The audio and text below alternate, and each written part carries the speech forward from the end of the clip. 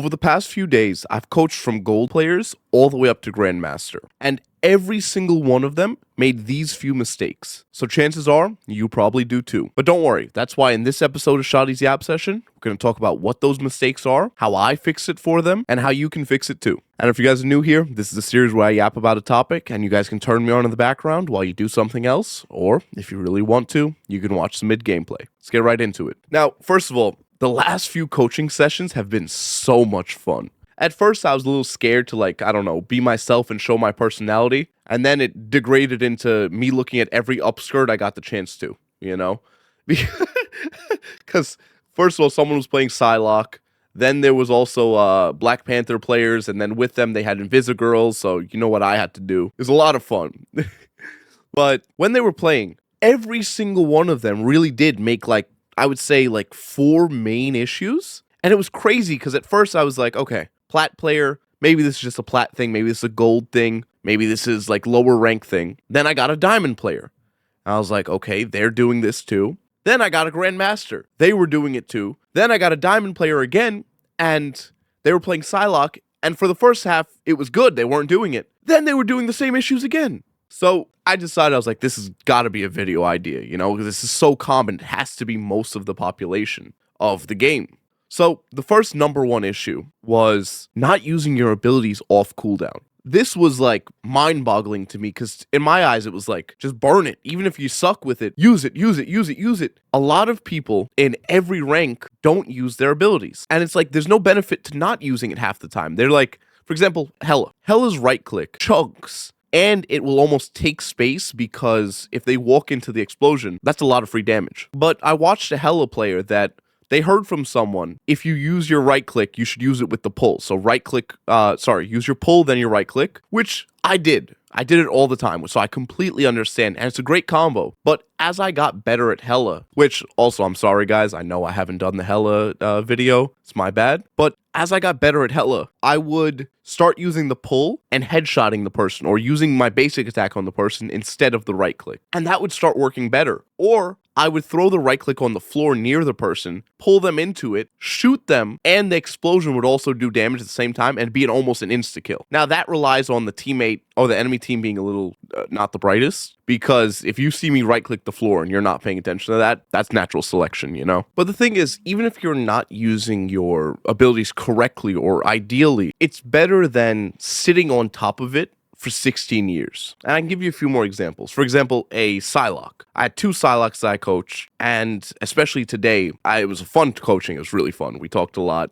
Good laughs. We even went a while over. But his Psylocke, he wasn't aggressive enough. Almost every single time I saw him shooting, he would have both dashes, invisibility, and he was backpedaling using his left click. And obviously we talked about it, and he was like, well, some of it might just be because it was too much of an overcorrection from lower ranks, because I've mentioned before, what works in one rank does not work in another half the time. And sometimes you'll end up overcorrecting by, let's say, if flanking doesn't work in silver, you stop flanking altogether. You're like, oh, no, I'm playing the front line. And that'll work until gold. But then you don't ever try to flank again. You're just like, nope, front line, trauma, never again. And I understand that, but you have to always play every game like they're almost independent of everything else, if that makes sense. Because the enemy team is never going to be consistent. Unless you face the same team every single game, you can't be playing the same way every game, right? Even in my Psylocke VOD review where I did it myself and I VOD reviewed myself, I talked about it. I was like, here I switched up to frontlining because blah, blah, blah. Then I started backlining because blah, blah, blah. And just that switch, excuse me. If you guys don't know, I'm a little sick, so excuse my voice a little bit. It's not as aesthetic today. But you want to be constantly changing based on what the enemy team is doing. Sometimes he was playing and I had to tell him, yo, the Iron Man, kill the Iron Man up there. So then he would switch and you'd play, because if you don't know, we also do live games. So I have him send me VODs, I watch them over, then we go do a live game if possible, or if the person would like. And when we do the live games, I backseat game a little bit, I watch how he plays, I try to put a little bit of input or try to give some direction during the game. Obviously, some people don't like that, so I offered it to him as well. Because my first few people, they were cool with it, but you never know. Somebody might hate dealing with someone talking while they play. And I understand that. So I asked him first, he was cool with it. And when we played, there were plenty of times where he had full cooldowns, and even when I told him engage, he would engage with a dash. It's like, go invisible, walk up to them, mag dump them, dash out, right? Instead of sitting on every single cooldown and waiting for the perfect moment, then the perfect moment never comes and you were useless. When you could have done 120 damage instead of the perfect 250, and you would have been much more useful than the 0 you did because you were waiting for the 250, if that makes sense. Now that issue, it kind of comes with time. When you use your abilities wrong, that's how you'll know when to use them right. Because some people that see like a Psylocke guide, or they see a Black Panther guide, and they say, oh, I can only do this. And actually, a friend of mine, we were talking about it, we were watching another friend of mine play Black Panther. And even when he was basically guaranteed a kill and pretty little risk to die, if the guy didn't have a mark, he wouldn't dash on him. Even if it was a guaranteed kill and he could get away, he wouldn't dash because he was too caught up in, I need to get that reset, I need to get that reset, I need to get the reset. When not getting the reset is okay at the right times. Like, I'm not telling you, you have a spear up, you could easily get the reset and live, and you're in a team fight where you need to keep fighting, and you don't get the reset because you could get the kill. Why not just spear the guy and get the kill like that, and still keep your dash so you can still be useful for the rest of the fight? And this is true for every character, right? There's too many systems for characters that people over-obsess about and worry about doing it right. Because even Psylocke's dash, he was telling me about how he keeps it for survivability and escape. When realistically, he watched a Groot ult, and instead of trying to just dash through, dash back through, he focused on getting shots off. But imagine just dashing through and doing what, 50 damage to everybody instead of 100 to one person, right? So just shooting the right click through them and then dashing again basically guarantees you a kill if your team's fighting with you. But we're too worried about the ideal play, which I don't know what rank that ends at, because maybe I need to VOD review a Celestial player next. Now, another thing though, I mentioned it earlier, it's most players don't adapt actively. And what I mean is most players either start with no plan or start with a plan, and if anything goes off of that plan, they give up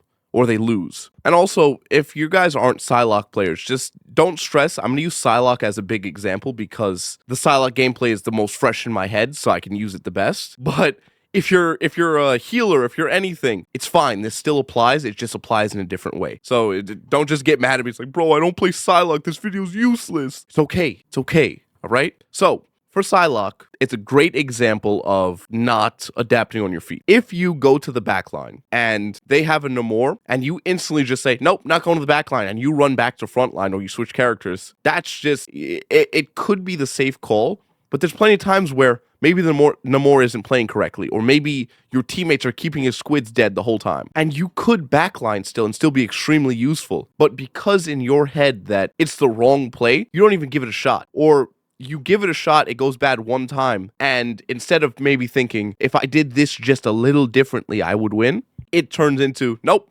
done with that, changing completely, I quit. When you should be figuring out ways around the enemy. One time, my dad actually, it was cute, it was a story that I had. We were playing, and I was playing Destiny 1 back in the day. If you don't know, I was like really sweaty at Destiny 1, played it for thousands of hours, and Destiny 2, but unfortunately, the game sucks now. But I was playing, and the more I played, I was getting really competitive. And I was talking to a friend, and we were losing a game. If you don't know what the game mode's called, it's called Trials of Osiris. It's basically like a tournament. We were losing, and we were about to finish the tournament. We were about to win. We were about to go flawless, which means no losses. Right before we were losing, I started saying, guys, we need to think of a new strategy. This obviously isn't working. We keep doing the same thing. And it was cute because later on, my dad said, I heard you. I was so proud. You was talking about strategy and this and that. I guess it's because he was like, I was like 8, so it was like really cute to him, or I was like, I don't know, I was big brain to him.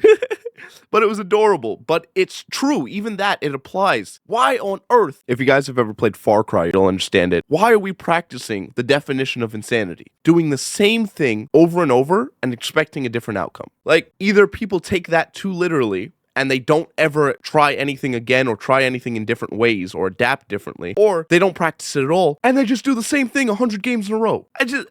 There's always going to be a team that beats your normal playstyle. You have to always be changing your playstyle depending on what you're facing. Maybe I'd add this earlier on in the video, probably not, but speaking of cooldowns, how I spoke about it earlier, one guy, It was the first guy I really coached a lot, or like first guy I coached that wasn't someone I knew previously. He was playing, and he was hella. It was the hella I was talking about. I decided to watch a Wolverine VOD of his because he was like, oh yeah, I'm a good Wolverine. He's pretty easy though. Bro, he was spitting on them. Like, it was disrespectfully spitting on them. I was like, who is this guy play? You let your big brother play? You could tell me, So he's just destroying them, and I'm wondering, like, who is this guy? His cooldowns were never up. He used every single one, always, unless he was repositioning, waiting for them. And he was constantly pulling the tank, constantly using his roar, constantly using his dash. He was just destroying everybody. And what I really liked was I was narrating what I thought would happen, and it was beat for beat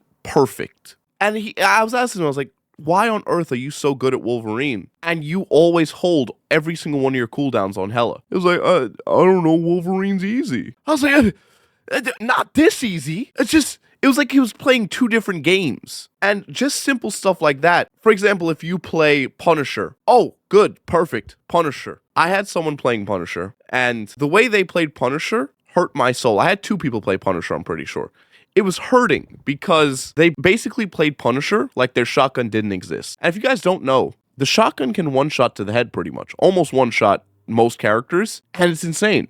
By the way, there's a tech where you can shoot around walls with the shotgun. It's hard to explain, but long story short, if you're close to the left side of a wall, if you melee once, it shoots around the wall to the left. And if you melee twice, it shoots around the wall to the right, meaning that you can shoot people fully around a corner. You guys can practice that in the range. You can stand behind a wall and try and shoot another wall. You'll see what I mean. It's very easy. But yeah, that's a thing if you didn't know. You should be utilizing that if you want to be dirty and win more. Listen, I don't judge you. It's a feature, not a bug.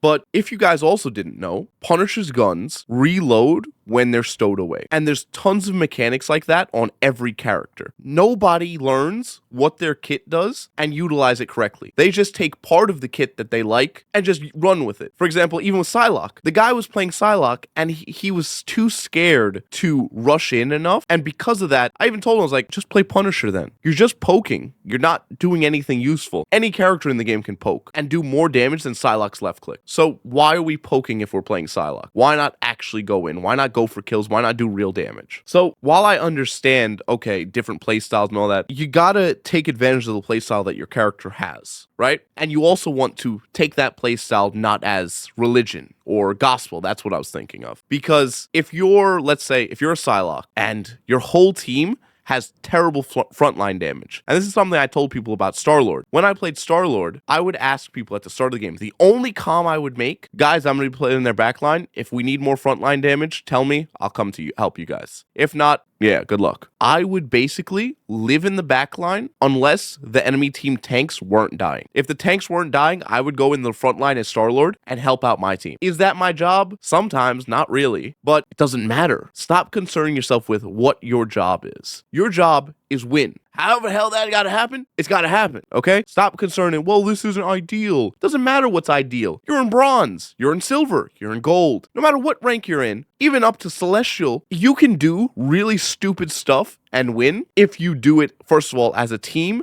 and if you do it at the right time. So stop concerning what's perfect, because this isn't VCT. We're not pros. We're not whatever. We're normal players. Half of us suck. The ideal play doesn't matter. And there's plenty that you'll do that doesn't show up on the scoreboard. You're going to be sitting in the back line and you're going to be shooting people and all that. And you're going to have a huge impact because you're going to pull all their attention over to you, which I may show some of my students gameplay. I'm going to ask them and if I can use it instead of my same Star-Lord video that I've used 30 times. It'll probably be their gameplay instead of mine for the Yap session. So if you want to watch it, you could see how one of the games, the Psylocke would kite to the back of the enemy team. Now, they did some things inefficiently and they would have died if it was a higher rank, but the general idea of what they did, they pulled 5 of the enemy team over to them, allowed their team to push for free basically and get space for free. And even if they didn't kill anyone, they had an unreasonably massive impact for that fight. And Stuff like that you'll never see on the scoreboard, right? So you're going to look at ideal plays, or I'm supposed to be doing damage and this and that, and you're going to be so caught up in what's right, you don't actually look at what wins. Now, another one that everyone seemed to do was what I call damage downtime, right? I think that's pretty self-explanatory, but just to explain, it's a time in a game that you're not doing damage. In lower ranks, I thought that was like when it ended. I thought maybe around like Diamond Plus it ended. Seeing Grandmaster players do it was impressive, you know? Of course I still do it, but I meant like very common to see it happen, right? I would expect like maybe one game here and there, not like 5 times a match. But that's actually what I saw. You know, a lot of games, almost every single player I watch would have insane damage downtime, or they would just be inting running into them at enemy teams like, yes, please, shoot me. Now, for damage downtime, the whole goal is finding a way to position yourself near the action so that you can keep as much damage pumping out as possible. A lot of people, what they would do is they would position themselves and run to like a health pack in China, or they would run away from their team and disengage for ages because they were too scared to die, or they were scared that if they went for the other health pack, they would lose, or things like that. The number one thing is, obviously, it ties in with using your abilities, but shoot your gun. In my Namor or Namor or whatever Namor video, I talked about, or not video, it was one of my Yap sessions I talked about it. I talked about how you need to be shooting always, because Namor has infinite ammo. And I really do infinitely shoot with him. If I see a group of enemies, shoot. The issue with it is, and the only real issue is, you charge healer ults. So doing too much damage can be a problem. Because some people, they're like, oh, I have 70,000 damage. But you got 2 final blows. Who cares? You were useless. You were an ult battery. So you could have been off the team and you probably would have been more impactful, right? But meaningful damage, for example, you're a Punisher in a turret, and the enemy team's pushing up. Turreting the hell out of their tank will win you the fight because he's horrified to go in. Or you break his shield and nearly kill him, and he has to run away. That'll stall for your team. That'll allow your other teammates, for example, your other DPS, to get better positioning, to maybe get a flank off and shoot people, do damage like that, stuff like that, right? Or you can think about doing damage as, or having damage uptime as pulling aggro or attention. You stand to the left of somebody, to the right of somebody, and while they're pushing in the main choke, you're blasting them. Yeah, you'll charge healer ults, but if they turn to look at you, that's free reign for your tanks to go in and beat them half to death. And that's what you're looking to do. Your goal as a tank or a healer or whatever is make space, help your team, do something useful with all of your abilities and everything you have at all times. I've had healers actually talk to me about, well, not talk to me, more like get angry at me in my comments. They talk about, oh, we're not healers, we're strategists, we can do damage. And I don't think I've ever clearly said it, but even strategists or healers, for example, a Mantis, don't let go of your left click. You are shooting constantly, and every second you have a leaf, you're damage boosting or you're healing, right? Too many times I've seen a Mantis player, especially lower ranks, they have all their cooldowns, and they're just sitting there like, well, he's not low enough yet. He's only 75% HP. He needs to be 50. He needs to be red and flashing before I can heal him. It's like, you have a damage boost. Just use everything. But instead, we're scared to use it because it's the wrong time. Imagine how helpful you can be if you're constantly shooting, if you're constantly getting leaves back, if you're or seeds or whatever. If you're constantly doing something always, it's hard to throw, right? Throwing usually happens when you're running in without your team, or you're not using any abilities, or you're not getting any kills, or you're just, in general, useless. It's much harder to be useless if you're using every single cooldown. You're doing your best not to die, and you're minimizing how much time you spend not doing damage. Now, speaking of all that, one more thing I gotta mention. Ultimate usage, oh my gosh. First of all, I have never heard so many people talk about Psylocke with, oh, too many targets. I don't know about you, but it's kind of hard to have too many targets half the time, unless they have like a Namor throwing squids in there or a Magneto throwing bubbles. Because let's say you have 4 squishies. 4 squishies only inside the ultimate. I'm pretty sure every single one of them except for 1 die. So that's amazing. Let's say you have 2 squishies and a tank. I'm pretty sure at least 1 squishy and the tank die or almost die, which is amazing. Then Punisher ults, you can basically kill through a ton of stuff. It's just so many ultimate usages that I've seen that are just bad. Now, ultimates are just like abilities. People either are too scared to use them or they use them at the wrong times. With your ultimate, you want to think about a few things. When you've played in the past, how have you been countered? What made you lose? In what way did you throw with your ultimate? Or did the enemy team completely destroy you when you use your ultimate? For example, if you're Invisible Girl, they use Moon Knight ult maybe. Or if you're Punisher, they hid behind the wall. Or if you're Psylocke, they used Magneto orbs. Or maybe if you're Moon Knight, you used it and they had escape abilities. Or they had a Loki with his little rock that makes him invincible or whatever, or nearly invincible. All those questions are what you should be asking when you play. Now, as I always do, I yapped a little bit, so I lost my train of thought. But to sum up, a few things. 1, stop having so much downtime on your abilities and your positioning and your damage. Long story short, that means using your abilities all the time and maybe saving like 1 or 2, for example, your get out of jail free cards, saving them for the right time. If you don't use them incorrectly, you won't know how to use them correctly. So use them all the time. Practice a ton, waste everything, throw, do what you gotta do. As for damage downtime, try to position yourselves in ways that you can not throw for your team as much as possible. Meaning that if there's a health pack right next to you, not going for the one in China is the correct play. Because if you go for the one in China, you have to maybe use an ability to get there, then you waddle back, and by the time you waddle back, half your team's dead. And then ultimate usage. Think about ultimate usage, think about how to use it correctly, and what ways you should be using it, and what ways that other people have countered you using it. Speaking of that, good. That's where my train of thought was. I forgot. When you think about stuff like that, you can almost VOD review yourself. You can sit there and say, okay, when I just used my ultimate there, I threw because 3 of them got behind a wall. Maybe if I position myself in ways that they can't get behind a wall, or they're so far in that I'll kill them before they get to a wall. And stuff like that saves you time, because who on earth wants to go VOD review, right? Unless you're sweating like crazy, why do you want to go VOD review yourself? That's so much work. And the same thing goes for team comps and everything. If you think about, okay, I'm Black Panther. I only lose when there's Invisible Girl and Namor. But when there's only Namor, all I have to do is comp for my DPS to shoot the squids for me, and then I can easily play Black Panther. Stuff like that is like amazing, you know? And you can adapt on the fly by just having experience with multiple games. So I encourage you guys to please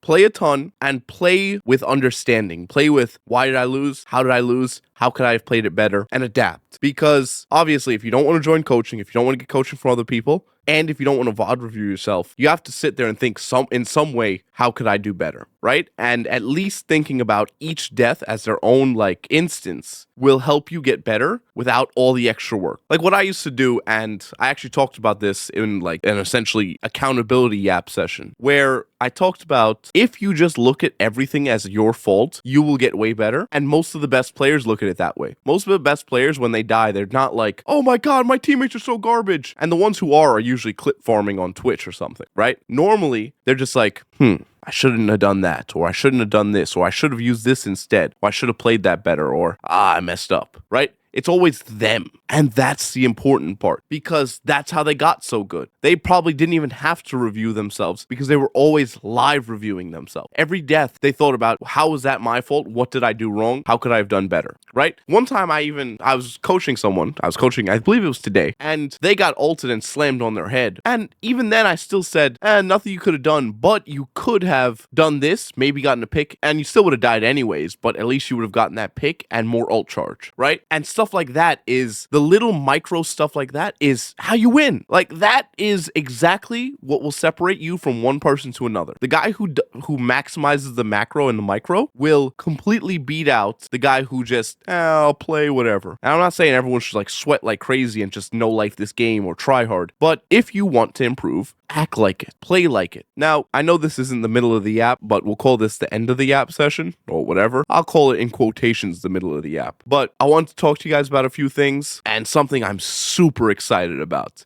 Bro, I'm so happy. This is so crazy to finally experience. Now, if you guys have been watching this channel for any amount of time, you know that I always talk about real life and how doing stuff in real life can apply to video games. So I tell you guys, get enough sunlight, get enough vitamins, drink enough water, sleep enough, all these things, because all of these things have direct impacts on your performance in video games. And I've also spoken about supplements that you should take or you can take, and L-theanine, L-tyrosine, and all these other things that can help out with focus, energy, gameplay, real-life performance, health, everything. And that's why I'm so excited to announce that I finally took my first sponsorship, and it's with Gamer Subs. And if you guys didn't know, the reason why I haven't taken any sponsorships or deals or anything up to this point is because I just never believed in anything. You know, half of them were bad, or they seemed like a scam, or it just wasn't that good. I'll get the product and I was like, oh, this sucks, or this doesn't taste good, or the formula sucks, or blah, blah, blah. This is the first one I tried. I loved it. I love the art. I love that it's funny. because if you guys have actually seen their art, some of it's hilarious. You know, like as a guy who enjoys Nexus Mod Manager and Invisigirl, listen, I think this fits pretty well. You know. So if you guys want to support me, you can use my link in the description, or you can use code Shotty at checkout. And stick around because next week I might be able to get you guys a code for free shipping so that you can try any of the samples for completely free. But what if you don't like caffeine? If you don't like caffeine, they have a sleep support supplement, they have a caffeine-free supplement just to drink more water, and they have a caffeinated supplement. Funny enough, I actually have the caffeine-free one sitting right here next to me. I haven't drank this much water in ages, dude. I actually felt better this morning. I was like, wait a minute, why does it feel like I feel awake more than I do normally, even with the same amount of caffeine and everything? And I realized that I have this giant bottle sitting here that I finished twice already drinking water, and it's only 1:30. That's unheard of for me. Normally, I don't drink a full bottle of water in a whole day. Anyways, I love you guys. Have a good one. God bless you.